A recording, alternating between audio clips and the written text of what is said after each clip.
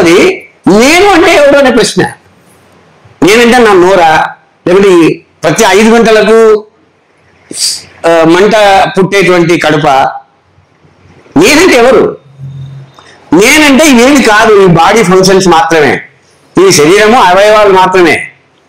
నేనంటే ఇది కాదు, నా దేహం కాదు. నేనంటే నా దేహం లోపల ఇంకోటి ఏదో ఉంది, నన్ను నడిపిస్తుంది. అది నేనంటే నా కన్ను కాదు, నేనంటే నా చెయ్యి కాదు, నేనంటే నా కన్ను కాదు, నేనంటే నా కడుపు కాదు, నేనంటే నా ఆకలి కాదు. నిద్రలేసిన చనిపోయే, నేను పడుకునేదాకా, పుట్టినప్పటి చనిపోయేదాకా దీనికి ఈ బంధాలేనా, దీనికి ఈ కోరికలు తీర్చుకుంటున్నామేనా, ఈ ఈ అవస్థలేనా, ఈ దుర్గతేనా, ఈ బాధలేనా, ఈ ఈతి బాధలేనా, దీనికి ముక్తి లేదా అనే ప్రశ్న.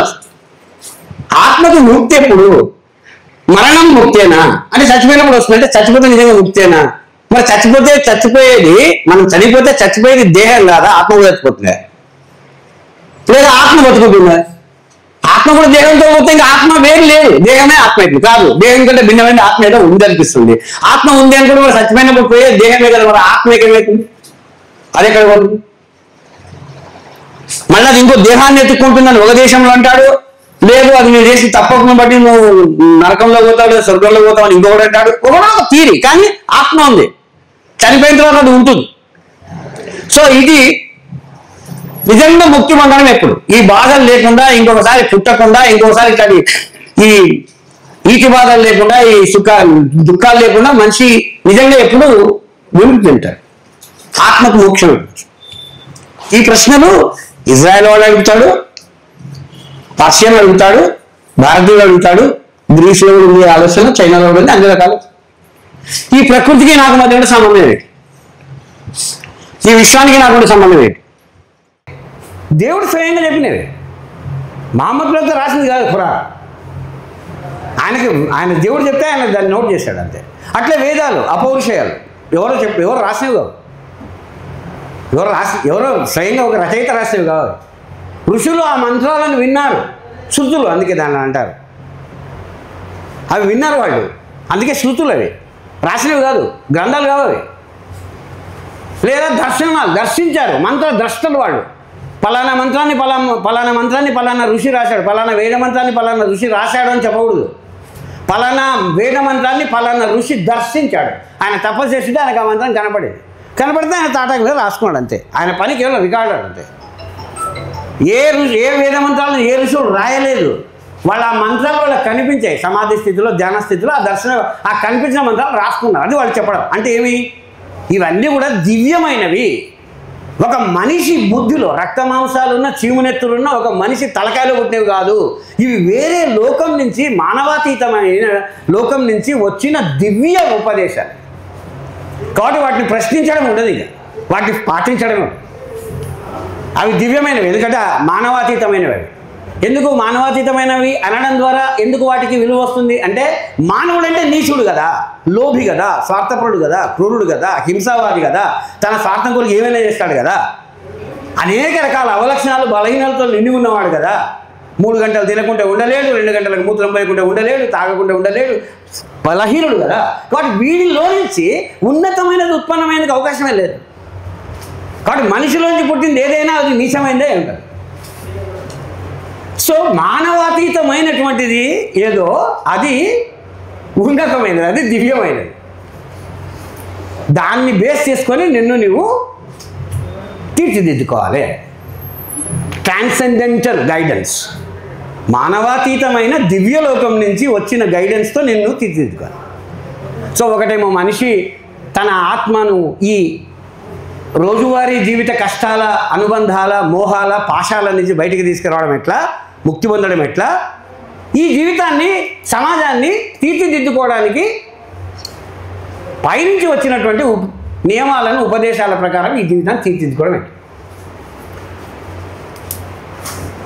ఇవన్నీ నీకు ఈ ప్రశ్నలు మనకు నవ్వులాట తెప్పిస్తాయి. ఇప్పుడు ఇవన్నీ కూడా భావవాదానికి సంబంధించిన విషయాలు మనకు తెలిసి కొట్టే అవతల పడేస్తాయి. కానీ క్రీస్తు పూర్వము 8వ శతాబ్దంలో, 5వ శతాబ్దంలో, 6వ శతాబ్దంలో ఈ ప్రశ్నలు పుట్టుకొని వచ్చినప్పుడు చిన్న విషయం కాదు ఇది. ఎందుకంటే ఈ ప్రశ్నలేవి మనిషికి తన రోజువారీ అనుభవంలోంచి వచ్చే ప్రశ్నలు కాదు ఇవి. అనుభవంలోంచి వచ్చే ప్రశ్నలు సహజంగా వస్తాయి. ఎందుకంటే నువ్వు వేటాడాలంటే నీవు ఏ జంతువునైతే వేటాడాలనుకున్నావో ఆ జంతువుతో సమానమైన వేగంతో నువ్వు పరిగెత్తితే మాత్రమే ఆ జంతువును వేటాడగలుగుతావు. కాబట్టి నీకు ప్రాక్టికల్గా వచ్చిన ప్రాబ్లం అది. కాబట్టి నీకు ప్రశ్న వస్తుంది, నేను ఇంత వేగంగా వేదాన్ని ఎట్లా బాగా వేటాడాలనే ప్రశ్న ప్రాక్టికల్ ప్రశ్న. దానికి అనుభవం ఉంటే చాలు. అప్పుడు నువ్వేం చేసావంటే ఆ జింకను వేటాడాలంటే అంతకంటే వేగంగా పరిగెత్తి ఒక గుర్రాన్ని పట్టుకొని దాన్ని లొంగ తీసుకొని దాని మీద ఎక్కిపోవాలి. లేదంటే ఆ జింకలను ఏనుగులను వాటన్నిటిని నువ్వు ఏదో ఒక కొండ కొమ్ము వైపుకో ఎక్కడికో తరలించి దాన్ని అన్నింటిని ఒక మూలకు నెట్టేసి అవి అక్కడి నుంచి ఎక్కడ కూడా లేక పైనుంచి కింద పడి లోయలో పడి చచ్చిపోయేటట్టు చేయాలి. అర్ధచంద్రాకారంలో చుట్టుముట్టి అంటే ఏదో ఒక టాక్టిక్స్ ఉపయోగించాలి. కాబట్టి అది కూడా తెలివే, అది కూడా ఒక ప్రశ్నే. ఆ ప్రశ్నకి జవాబు వెతకడమే. అయితే అవన్నీ కూడా నీ అనుభవంలో నీకు వచ్చిన ప్రశ్నలు, నీ అనుభవం ద్వారా నువ్వు నేర్చుకున్న సమాధానం. కానీ ఈ ప్రశ్నలు ఉన్నాయే, దేహము ఆత్మ ఒకటేనా, దేహం లోపల దేహం కాని ఏదైనా ఉందా, అది దేహం చచ్చిపోయినాక పోయేది దేహమేనా, లేకపోతే దేహం లోపల ఉండేది కూడా పోతుందా, పోతే ఎక్కడికి పోతుంది, నాకంటే ఉన్నతమైనది ఇంకొకటి ఉన్నట్టుంది, దాన్ని నేను పాటించాలి, నా నియమాలు ఎట్టొస్తాయి, ఈ మొదలైన ప్రశ్నలన్నీ కూడా హేతు బుద్ధి, మనిషి తన రీజనింగ్ని ఉపయోగించినప్పుడు మాత్రం వస్తుంది. అందుకే మనం గుర్తుపెట్టుకోవాల్సిన విషయం ఏంటంటే మతాన్ని మనం హేతువిరుద్ధమైందని మనం ఈరోజు విమర్శిస్తాం, కానీ ఒరిజినల్గా మతాలన్నీ హేతుబుద్ధి కారణంగా ఉంటాయి. మనిషి యొక్క రీజనింగ్ పవర్ అనేది మేల్కోవడంతో మతాలు ఉంటాయి. మొదలు పవర్ఫుల్ రీజనింగ్ పవర్ ఉంటే తప్ప మతాన్ని సృష్టించలేను. జంతువులకు దేవుడు ఉండడు, జంతువులకు దేవుడు ఉండడు. మీరు చూసారా మీరు? ఇది కేవలం మనిషి మాత్రమే చేయగలడు. ఈరోజు మనం వాటిని నిర్హేతుకమైనవి, హేతు విరుద్ధమైనవి, మూఢనమ్మకాలు అని అంటాం, కరెక్టే ఈరోజు. కానీ అవన్నీ మనిషి యొక్క హేతుబుద్ధిలోంచి పుట్టాయి. వాడు తన హేతువులోంచి, తన ఊహాశక్తిలోంచి, కల్పనాశక్తిలోంచి పుట్టించిన వాటన్నిటి. అందుకనే నీకు ఈ యాక్సియల్ ఏజ్ అనేది చూస్తే మనిషిలో అంతకుముందు కనిపించని ఒక హేతుబుద్ధి, అంతకుముందు కనిపించని ఒక ప్రచండమైన కాల్పనిక శక్తి రెండు కనిపిస్తుంది. హేతుశక్తి, కాల్పనిక శక్తి రెండు కూడా ఏకకాలంలో విజృంభించుతాయి. తన నియమావళికి సంబంధించిన సరికొత్త ఊహలు, మరణానంతరం ఏమవుతుంది జీవితం అనే దానికి సంబంధించిన కొత్త కొత్త ఊహలుతో పాటు ప్రకృతిని అర్థం చేసుకోవడానికి కొత్త రకం ప్రయత్నాలు, ప్రకృతిని అబ్జర్వ్ చేసే క్రమంలో వచ్చినటువంటి నాలెడ్జ్ ఏదంటే ఆ నాలెడ్జ్ని క్రమబద్ధీకరించేందుకు జరిగిన ప్రయత్నాలు, ఇవన్నీ స్టార్ట్ అవుతాయి. అంటే ప్రాచీన కాలం నాటి సైన్స్ అంతా కూడా స్టార్ట్ అవుతుంది ఈ పీరియడ్లోనే. ఎందుకంటే మనం చూస్తే గ్రీసులో కూడా వైద్యము మొదలవుతుంది ఆ టైంలో. దాన్ని కదా యునాన్ మెడిసిన్ అంటారు. ఆ యునాన్ మెడిసిన్ను అరబ్బులు నేర్చుకుంటారు. తర్వాత గ్రీకు వాళ్ళ నాగరికత అంతరించిపోతుంది, వాళ్ళు దాన్ని మానేస్తారు. కానీ అరబ్బులు మాత్రం కంటిన్యూ చేస్తారు. చివరికి ప్రపంచం అంతా యునాన్ వైద్యం అరబ్బులేమని అనుకున్నంతగా అది మారిపోతుంది. అది ప్రాచీన గ్రీకు వైద్యం. అట్లా భారతీయులకు వైద్యం ఉంది, ఆయుర్వేదం. చైనీలకు వాళ్ళ వైద్యం వాళ్ళకి. వైద్యం చేయాలంటే సామాన్య విషయం కాదు. వందల వేల లక్షల సార్లు ఒక మొక్కను, ఒక మూలికను, ఒక రోగానికి అప్లై చేసే క్రమంలో వచ్చిన ఫలితాలను బేరీ తీసుకుంటూ ట్రయల్ అండ్ ఎర్రర్ మెథడ్లో క్రోడీకరిస్తూ డెవలప్ అయిన ఒక ట్రెడిషనల్ నాలెడ్జ్ సిస్టమ్, ఒక అనుభవాల మీద ఆధారపడిన ఒక జ్ఞానం. ఈ అన్నిట్లో ఈ యాక్సియల్ ఏజ్లో ప్రవేశించినటువంటి అన్ని నాగరికతల్లో కూడా రకరకాల వాళ్ళదైన ట్రెడిషనల్ నాలెడ్జ్ సిస్టమ్స్ డెవలప్ కావడం మనం చూస్తాం. అంతకుముందు లేనివి ఫిలాసఫీ కావడం చూస్తాం. మొదటిసారి తాత్విక చింతన చూస్తాం. గ్రీక్ తత్వశాస్త్రం కావచ్చు, పర్షియాలో జొరాస్ట్రియన్ మతం వస్తుంది, జరతుస్ట్ర అనే ఫిలసాఫికల్ టెక్స్ట్ మనం చూస్తాం. అట్లే జెరూసలం ప్రాంతంలో హిబ్రూ ప్రాఫిట్స్ రావడం మనం చూస్తాం. వాళ్ళు కూడా చాలా ఫిలసాఫికల్ విషయాలు మాట్లాడతారు. అఫ్కోర్స్ మత ధర్మశాస్త్ర పరిధిలోనే, ఎందుకంటే ఆ కాలంలో ఇంకా ఉండేది అదే. అట్లనే ఉపనిషత్తుల్లో మొదటిసారి తత్వచింతన ప్రారంభమవుతుంది. తర్వాత బౌద్ధం వస్తుంది, జైనం వస్తుంది, న్యాయం వస్తుంది, సాంఖ్యం వస్తుంది. ఇంకా భారతదేశంలో ఇంకా మరింత ప్రచండమైన రూపం ధరించింది. చైనాలో కన్ఫ్యూషియస్ వస్తాడు, లావోత్సు వస్తాడు. సో అన్ని చోట్ల మనకు తత్వవేత్తలు, ప్రాఫిట్స్, ఋషులు తత్వచింతన చేసేవాళ్ళు రోజువారీ జీవితంలో కూరుకుపోయిన ప్రశ్నలతో సంబంధం లేని ప్రశ్నలను వేసి దానికి జవాబు వెతికేటువంటి ఒక బయలుదేరుతారు. వేరే వాళ్ళు చేసిన ఆలోచనలను గురించి క్రిటికల్గా కామెంటరీ చేయడం మొదలవుతుంది. అంటే ఆలోచనల గురించి ఆలోచన చేయడం, వస్తువుల గురించి ఆలోచన చేయడం, సమస్యల గురించి ఆలోచన చేయడం ఒకటి ఫస్ట్ ఆర్డర్ థింకింగ్ అంటాం దాన్ని. మనిషి ఏ మనిషికైనా మొదలు సమస్య లేదు, దాని గురించి ఆలోచిస్తాం.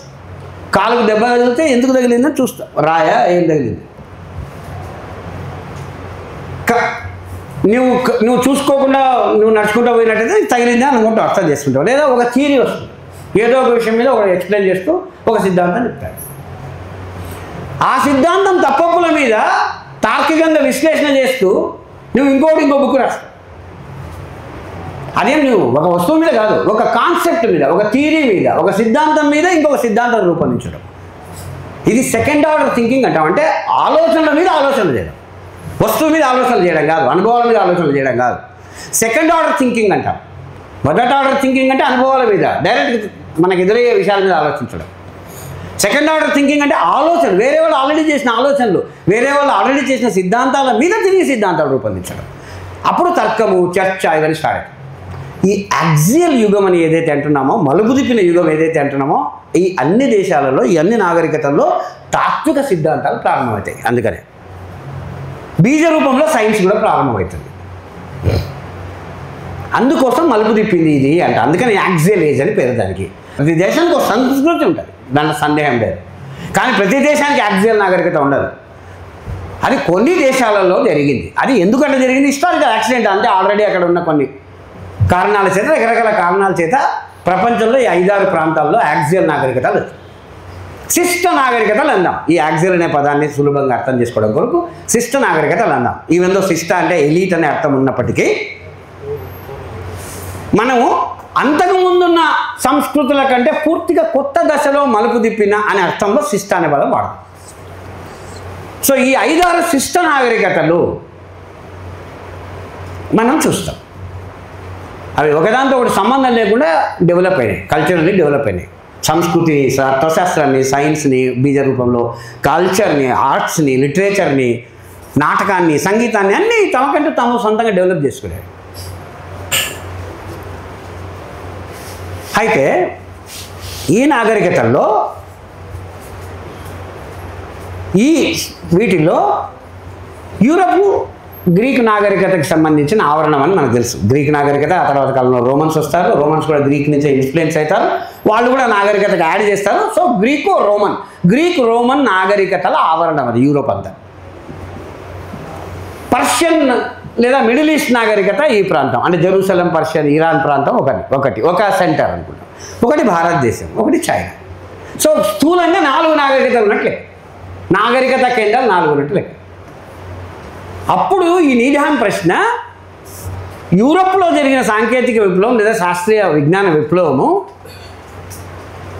మధ్యప్రాచ్యంలో అంటే ఇజ్రాయెల్, పర్షియా, ఇరాన్లో ఎందుకు జరగలేదు, ఇస్లామిక్ ప్రపంచంలో ఎందుకు జరగలేదు, భారతదేశంలో ఎందుకు జరగలేదు, చైనాలో ఎందుకు జరగలేదు అనే చోట, ఈ 3 చోట్ల అడగవచ్చు. వేరే చోట ఇథియోపియాలో ఎందుకు జరగలేదు, సౌత్ ఆఫ్రికాలో ఎందుకు జరగలేదు అడిగితే అర్థం లేదు ఆ ప్రశ్న. ఎందుకంటే ఆధునిక విజ్ఞాన శాస్త్ర విప్లవం జరగాలంటే దానికంటే ముందు ఆ దేశాలలో యాక్సియల్ నాగరికతలు ఉండాలి.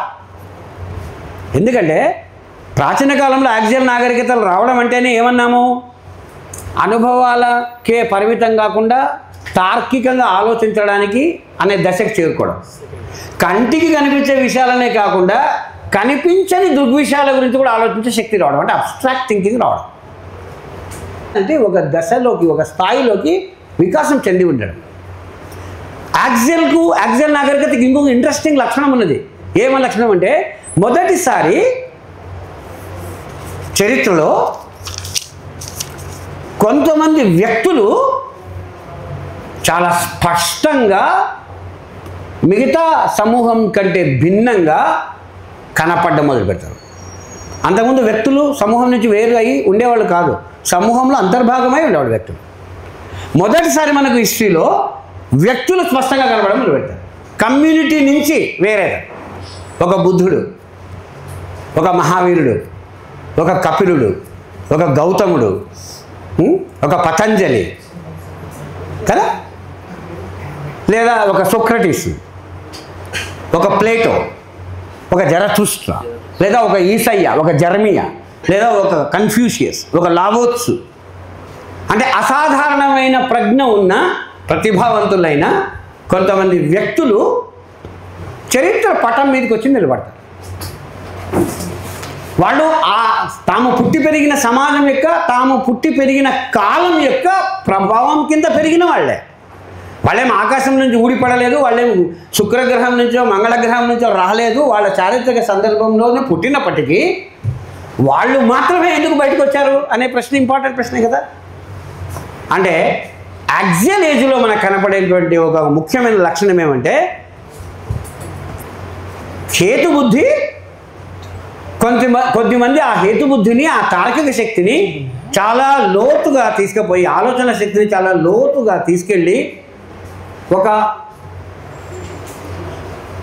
స్పష్టమైన కాంట్రిబ్యూషన్ చేయడం ద్వారా సమాజాన్ని ఒక దిక్కు తీసుకుపోవడం. బుద్ధుడు మనం ఎందుకు గుర్తుపెట్టుకుంటాం? ఎందుకంటే ఒక పెద్ద ఉద్యమానికి కారణమయ్యాడు మహావీరుడు, ఒక పెద్ద ఉద్యమానికి కారణం. శంకరుడు, ఆదిశంకరుడు, శంకరాచార్య. సో ఇండివిజువల్సే, కానీ వాళ్ళు ఒక పెద్ద మూమెంట్కి కారణమవుతారు. అది ఇంటలెక్చువల్ మూమెంట్ కావచ్చు, బౌద్ధిక ఉద్యమం కావచ్చు, సాంస్కృతిక ఉద్యమం కావచ్చు. సో ఆ సమాజాలలో ఒక కొత్త బౌద్ధిక ధారకి, ఒక ఇంటలెక్చువల్ కరెంట్కి, ఒక సాంస్కృతిక ధారకు, ఒక కల్చరల్ కరెంట్కి జన్మనిస్తారు వాడు. అట్లా ఇండివిజువల్ అనేవాడు కమ్యూనిటీ నుంచి వేరైపోయి తన సొంత తర్కబుద్ధితో, తన సొంత ఆలోచనతో, తన సొంత పరిశీలనతో తన సొంత సిద్ధాంతాలను రూపొందించడము అనేది మనకి ఇప్పుడు కామన్ విషయము. అట్లే కదా, అట్లా కాకుండా ఎట్లుంటుందని అనుకుంటాం మనము, కానీ అది కామన్ విషయం కాదు. యాక్సియల్ ఏజ్లో ప్రారంభమైంది అది. ఇండివిజువల్ అనేవాడు కమ్యూనిటీ నుంచి వేరైపోయి తనదైన సొంత శక్తితో ప్రకాశించడం అనేది ఉంది కదా, ఒక స్వయం ప్రకాశక శక్తితో ముందుకు రావడం అనేది, అదే యాక్సియల్ ఏజ్తో ప్రారంభమైంది. ఈ యాక్సియల్ ఏజ్ అనే నేపథ్యం లేకుండా మనం ఆధునిక తత్వశాస్త్రాన్ని, ఆధునిక విజ్ఞాన శాస్త్రాన్ని ఊహించగలమా? ఊహించలేము. అందుకనే ఈ నీధ్యాన్ ప్రశ్న భారతదేశం విషయంలో అడగవచ్చు, ఆయన ఒరిజినల్గా అడిగిన చైనా విషయంలో అడగవచ్చు, అడగాలనుకుంటే ఇస్లామిక్ నాగరికత విషయంలో కూడా అడగవచ్చు. ఎందుకంటే యాక్సియల్ నాగరికతలు ఇవి యాక్సియల్ నాగరికతలు అవి ఉండి కూడా ఇవి కూడా ఒక మలుపు తిరిగి, ఇవి కూడా తాత్వికంగా ఆలోచన మొదలుపెట్టి, ప్రకృతిని పరిశీలించడం మొదలుపెట్టి, బీజ రూపంలో సైన్స్ని ప్రారంభించి అవన్నీ చేసినవే కదా. మరి ఇక్కడ ఎందుకు విజ్ఞాన శాస్త్రం వైపుకు దారితీయలేదు అని ప్రశ్న ఈ మూడు సమాజాలకు అడగచ్చు.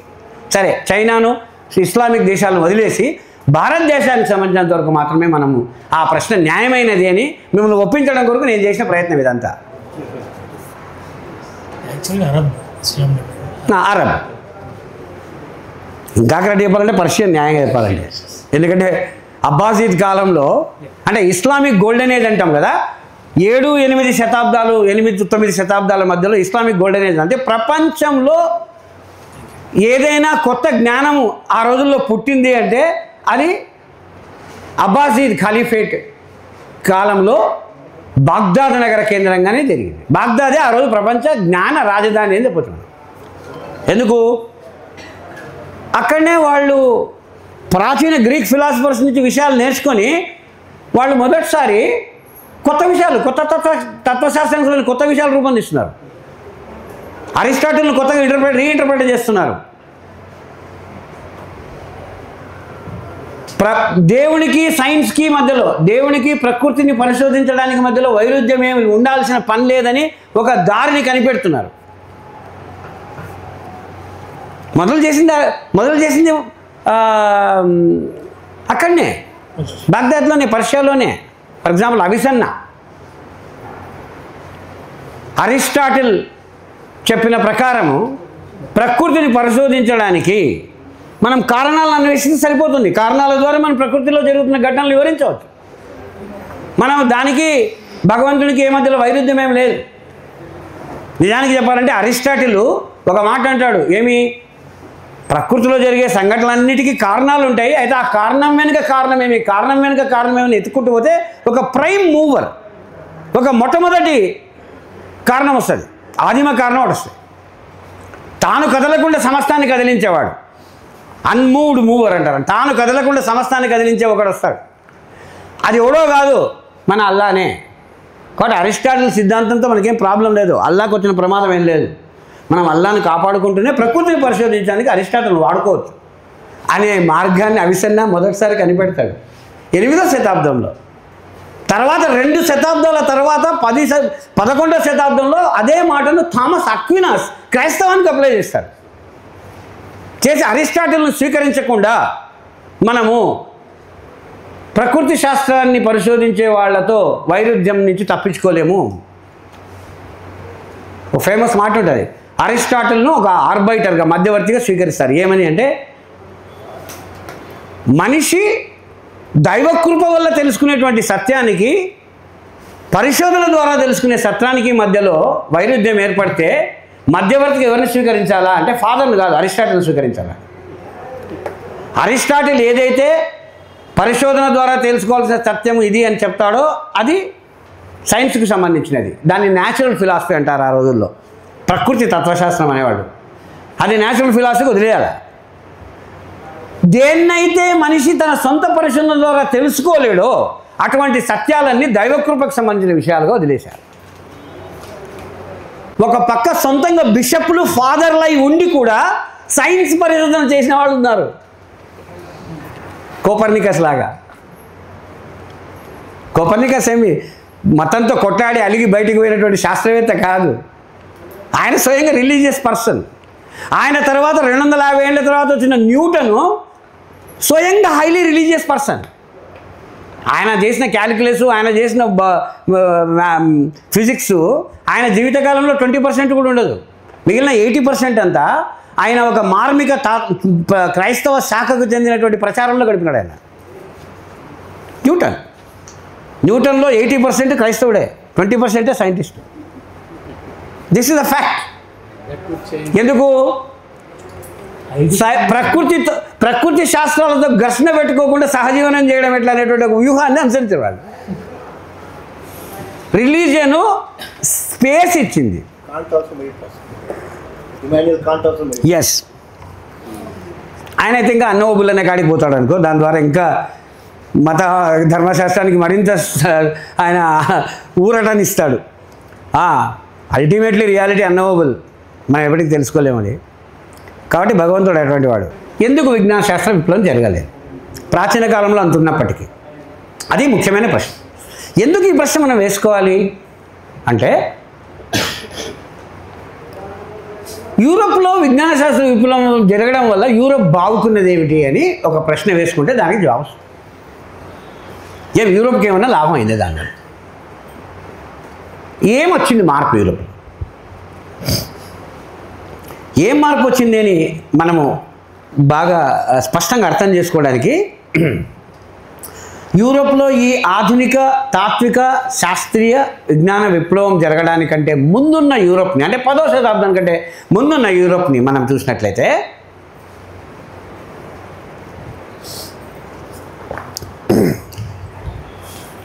అత్యంత మూఢనమ్మకాలతో ఉన్న, అత్యంత మతమౌఢ్యంతో నిండి ఉన్న సమాజం.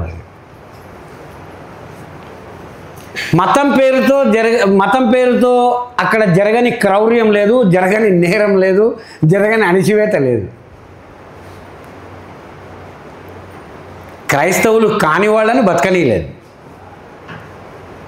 క్రైస్తవుడు కాకుండా వేరే నాకు నచ్చిన దేవుడిని పూజించుకుంటా, నాకు నచ్చిన దేవతని పూజిస్తా, నాకు నచ్చిన విగ్రహాన్ని పూజిస్తా అంటే బతికే ప్రశ్నే లేదు. బతకలేడు వాడిని. ఫస్ట్ వాడిని అసహించుకోవడము, దూరం పెట్టడం కాదు, అసలు బతికేందుకే వీల్లేదు. వాడు ప్యాగన్స్ని వేటాడారు వాళ్ళు.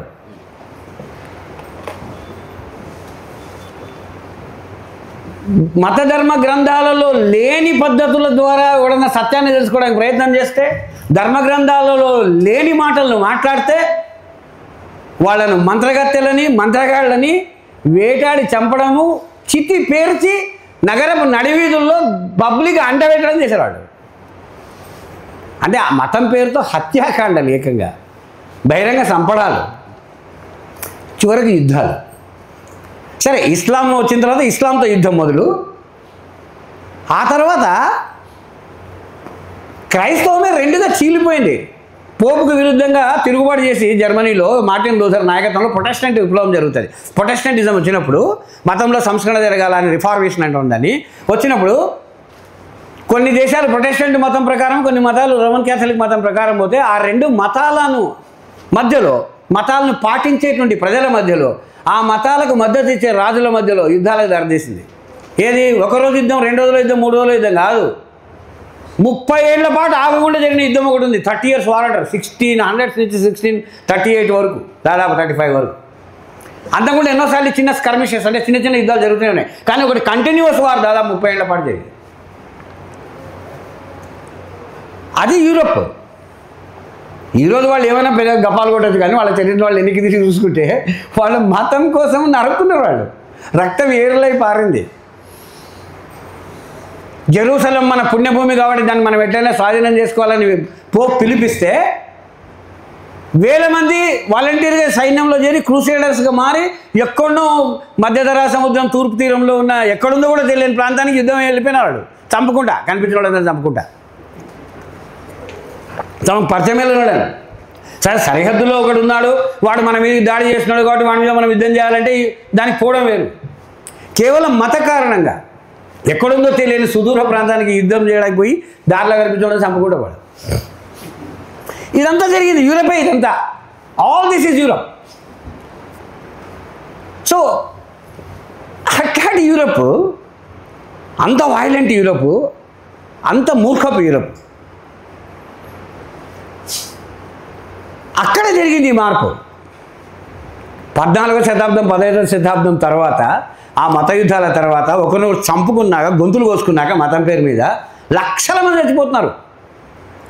అదంతా ఆగిపోయింది. అసలు మతానికి రాజకీయాలతో సంబంధం ఉండకూడదు. అసలు ఈ చర్చి వల్ల, ఈ పోపు వల్ల, ఈ మతాధికారులు రాజ్యంలో ఏలుపెట్టడం వల్ల, పాలనలో ఏలుపెట్టడం వల్ల ఇదంతా అవుతుందని వాళ్లకు, మీకు రాజ్యానికి సంబంధం లేదు, మీరు ఎంతసేపునా మీ చర్చిలో ఉండాలా, మీరు ప్రార్థన చేయాలని తన్నేయడం జరిగింది వాళ్ళని. ఇట్స్ డ్రాస్టిక్ స్టెప్ అది. ఏ రోమన్ క్యాథలిక్ చర్చ్ అయితే ఈ మొత్తం ఈ చీకటికి కారణమో అక్కడనే పుట్టింది ముసలం. రోమన్ క్యాథలిక్ చర్చికి అధినేత అయిన పోప్కు రోమన్ రాజ్యం యొక్క చక్రవర్తికి మధ్యలో అధికార పంపిణీ విషయంలో గొడవ స్టార్ట్ అవుతుంది. అక్కడి నుంచే స్టార్ట్ అవుతుంది. రాజ్యం మీద నీ పెత్తనం ఏంది, మతానికి సంబంధించిన విషయాల్లో ఉండాలి కానీ నువ్వు రాజ్యంలో ఎందుకు వెళ్ళిపెట్టుకుంటున్నావు అని. బిషప్లను ఎవరు నియమించాలనే విషయం మీద వాళ్ళిద్దరు గొడవ జరుగుతుంది. గొడవ జరిగి యుద్ధానికి దారి చేసింది. అంటే సెక్యులరిజానికి, అంటే మతానికి రాజ్యానికి మధ్య సంబంధం ఉండరాదనేటువంటి ప్రశ్న, సెక్యులర్ స్టేట్ అనే దానికి ప్రశ్న మరి 10వ శతాబ్దం స్టార్ట్ అవుతుంది. అది పెరిగి లాస్ట్కు అది ప్రొటెస్టెంటిజం వచ్చిన తర్వాత ఒక స్పష్టమైన రూపం ధరిస్తుంది.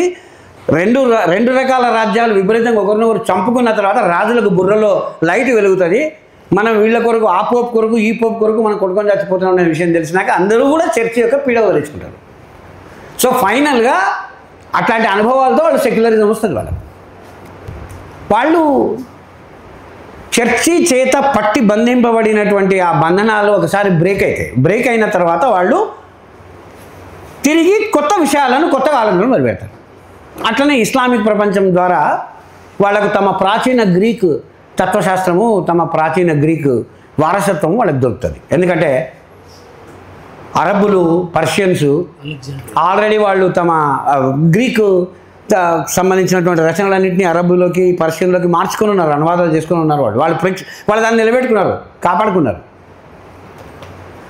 నేను చెప్పేది కదా ఇంతకుముందు, అబ్బాసీద్ ఖలీఫేట్ అని 8-9 శతాబ్దాలలో బాగ్దాద్ నగరాన్ని పరిపాలిస్తున్నప్పుడు ఆ ఖలీఫా అక్కడ ఉన్నప్పుడు వాళ్ళు ఎంతోమంది గ్రీకు పండితులని, భారతదేశం నుంచి పండితులని అనేక ప్రాంతాల నుంచి పిలిపించుకొని డబ్బులు ఇచ్చి వాళ్ళ దగ్గర పెట్టుకొని వాళ్ళ భాషల్లో ఉండేటువంటి గ్రంథాలన్నింటినీ, అన్ని విషయాలకు సంబంధించి, అంటే కావ్యాలు కావచ్చు, పురాణాలు కావచ్చు, సైన్స్కి సంబంధించి, గణిత శాస్త్రానికి సంబంధించిన విషయాలన్నింటినీ అరబ్బీ భాషలోకి, పర్షియన్ భాషలోకి అనువాదాలు చేయించే ప్రాజెక్ట్ ఉండింది.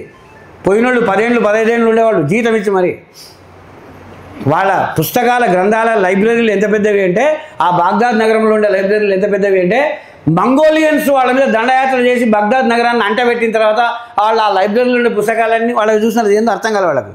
ఎందుకంటే మంగోలియన్స్కు చదువు లేదు. వాళ్ళ బుక్ చూసి ఫస్ట్ టైం అర్థమేం కాదు. అసలు ఒక బుక్ ముందు ఒక మనిషి గంటలు ఎట్లా కూర్చుంటాడు, ఇంత చిన్న విషయం ముందు అనుకుంటాడు. ఒక జింకరంబడి గంటలు పోవచ్చు కానీ వేటాడుకుంటా, ఒక బుక్ ముందు ఒకడు గంటలు ఎట్లా కూర్చుంటాడని వాడు మనిషిని నాశనం చేసే వస్తువు ఇది అనుకుంటాడు. అనుకొని ఆ పుస్తకాలన్నింటినీ ఏట్లా పడేస్తాడు వాడు.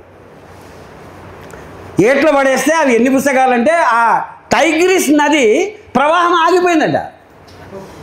టైగ్రిస్ నది ప్రవాహం ఆగిపోయింది కొన్ని రోజుల పాటు అంటారు. దీంట్లో కొంత సాల్ట్ వేసుకోవాలి మనం ఈ కథకు.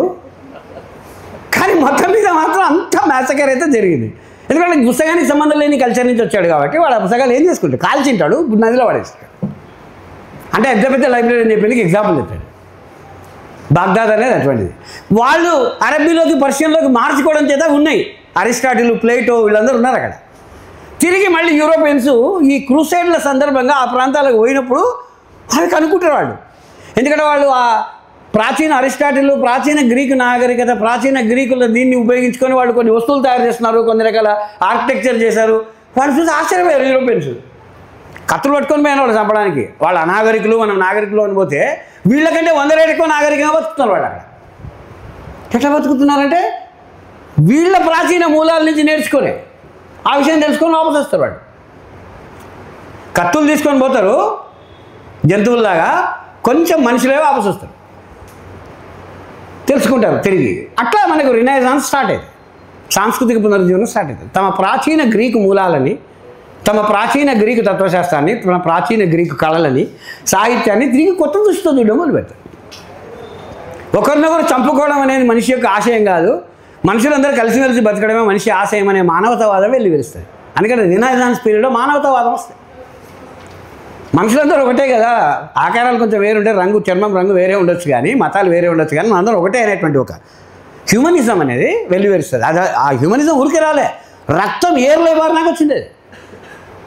రక్తం ఏర్లై పారితే వస్తుంది ఆ జ్ఞానోదయం, ఊరికే రాదు. అనుభవాల కొలివిలో నుంచి బయటకు వచ్చి వేదాంతం మాట్లాడేవానికి, పుస్తకాలు చదివి వేదాంతం మాట్లాడడానికి తేడా ఉంటుంది.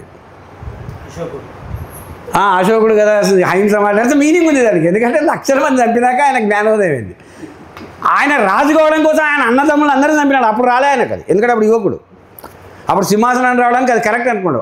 అప్పుడు ఆయనకు అహింస రాలే. ఆయన పవర్ ఆయన చేతిలో కన్సాలిడేట్ అయిన తర్వాత చివరకు కళింగ రాజ్యాన్ని లొంగ తీసుకోవడం కోసం పోయినప్పుడు వాడు లొంగలే, వేల మంది లక్షల మంది చంపితే ఆయనకు అప్పుడు అర్థమైంది.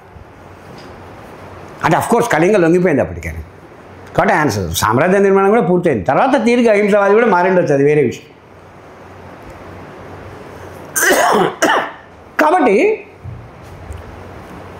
వాళ్ళకి సాంస్కృతిక పునరుజ్జీవనం జరుగుతుంది. ఆల్రెడీ మతంలో చీలికి వచ్చింది, మతాధికారుల పీడమైంది. రాజులు ఇదే సందని చర్చికి రాజ్యానికి సంబంధం లేకుండా చర్చిని ఎన్నికి తరిమేస్తారు. సో ఫ్రీడమ్ వచ్చేసింది. నెక్స్ట్ సాంస్కృతిక పునరుజ్జీవనం కారణంగా ఏమైందంటే అంతకుముందు నిషేధించబడిన గ్రీకు సాహిత్యము, గ్రీకు కళలు, గ్రీకు తత్వశాస్త్రము, గ్రీకు రచనలు, గ్రీకుల ఆలోచన సరళితో పరిచయం చేయబడింది. సో తలకాయ ఫ్రీ అయింది.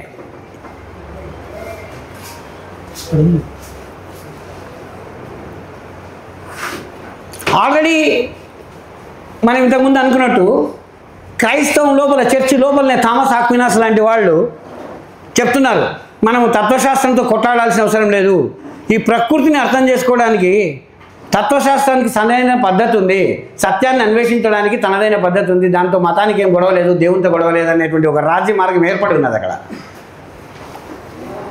ఆ ఫిలాసఫీ వేరే అయిపోయింది. అంటే థియాలజీలోంచి ఫిలాసఫీ వేరే అయింది. థియాలజీ అంటే ఏమి, భగవంతుడేమి, సృష్టి ఏమి, సృష్టికర్త, ఏ నియమాల ప్రకారం సృష్టి అయింది, సృష్టి అయినటువంటి వాడు దేవునికి ఎట్లా విధేయుడై ఉండాలా, ఇట్లా చనిపోయిన తర్వాత మనం ఏమవుతాం, బతుకుతున్నంతసేపు ఎట్లా బతకాలా, దేవుని ఆజ్ఞలు ఏంది, ఇవన్నీ తెలుసుకోవడం థియాలజీ. ప్రకృతి ఏంది, ప్రకృతిలో ఏమేమి ఉన్నాయి, అవి ఏ నియమాల ప్రకారం పనిచేస్తున్నాయి అనేటువంటిది ఆ రోజుల్లో ఫిలాసఫీగా భావించేవాడు. దాన్ని నేచురల్ ఫిలాసఫీ అనేవాళ్ళు. అంటే ప్రకృతికి సంబంధించిన తత్వశాస్త్రం అనుకునేవాడు వాళ్ళు. దేవుడికి సంబంధించిన తత్వశాస్త్రం ఏమో థియాలజీ, ప్రకృతికి సంబంధించిన తత్వశాస్త్రం ఏమో నేచురల్ ఫిలాసఫీ. చివరకు భౌతిక శాస్త్ర పితామహుడైనటువంటి ఫాదర్ ఆఫ్ ఫిజిక్స్ అయిన న్యూటన్ కూడా తన పని నేచురల్ ఫిలాసఫీ భావించాడు.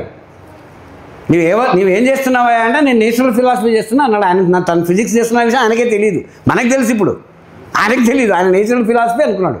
ఆయన రాసిన ఆయన మ్యాగ్నమ్ ఓపస్ ఉంటుంది కదా, ఆయన ప్రధానమైన గ్రంథం ఉంటుంది కదా, ఏమని, ప్రిన్సిపియా మ్యాథమెటికా ఫిలాసాఫికా నేచురాలిస్, అంటే mathematical principles of natural philosophy, ప్రకృతి తత్వశాస్త్రం యొక్క గణిత సూత్రాలని బుక్ రాస్తాడు ఆయన. అదే ఆయన బుక్ పేరు.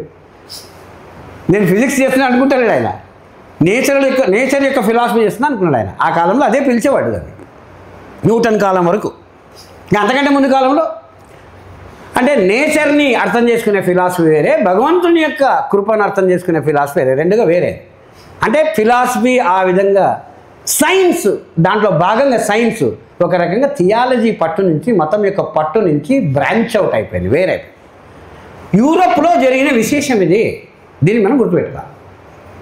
ఆ కారణంగా modern science secular, modern philosophy secular ఫిలాసఫీగా మారింది. అంటే పరలోక విషయాలతో సంబంధం లేని ఇహలోక విషయాల గురించే తత్వచింతన చేయగలిగిన ఒక తత్వశాస్త్రం పుట్టుకోవచ్చు, సెక్యులర్ ఫిలాసఫీ. అంతకుముందు తత్వచింతన అంటే పరలోకమే. వాడు వేదాంతి రాని భారతదేశంలో అంటే అర్థమేమి? వేదాంతి అంటే పరలోకం గురించి మాట్లాడతాడు వాడు. అక్కడ అందరు వేదాంతులే ఉంటారు, తత్వవేత్తలు ఎవరు ఉండరు. థియాలజీ నుంచి వేరైపోవడం అంటే వేదాంతుల్లో నుంచి కొంతమంది తత్వవేత్తలు వేరైపోవడం. ఈ తత్వవేత్తల్లోనే కొంతమంది ప్రకృతి తత్వవేత్తలు ఉన్నారు, అంటే వాళ్ళే సైంటిస్టులు. సైన్స్ కూడా వేరైంది దాంట్లో నుంచి. చాలా వేగంగా ఫిలాసఫీ నుంచి సైన్స్ వేరైపోయింది. థియాలజీలో నుంచి అంటే మత ధర్మశాస్త్రంలో నుంచి తత్వశాస్త్రం వేరైంది. చాలా వేగంగా తత్వశాస్త్రం నుంచి కూడా సైన్స్ వేరైపోయింది.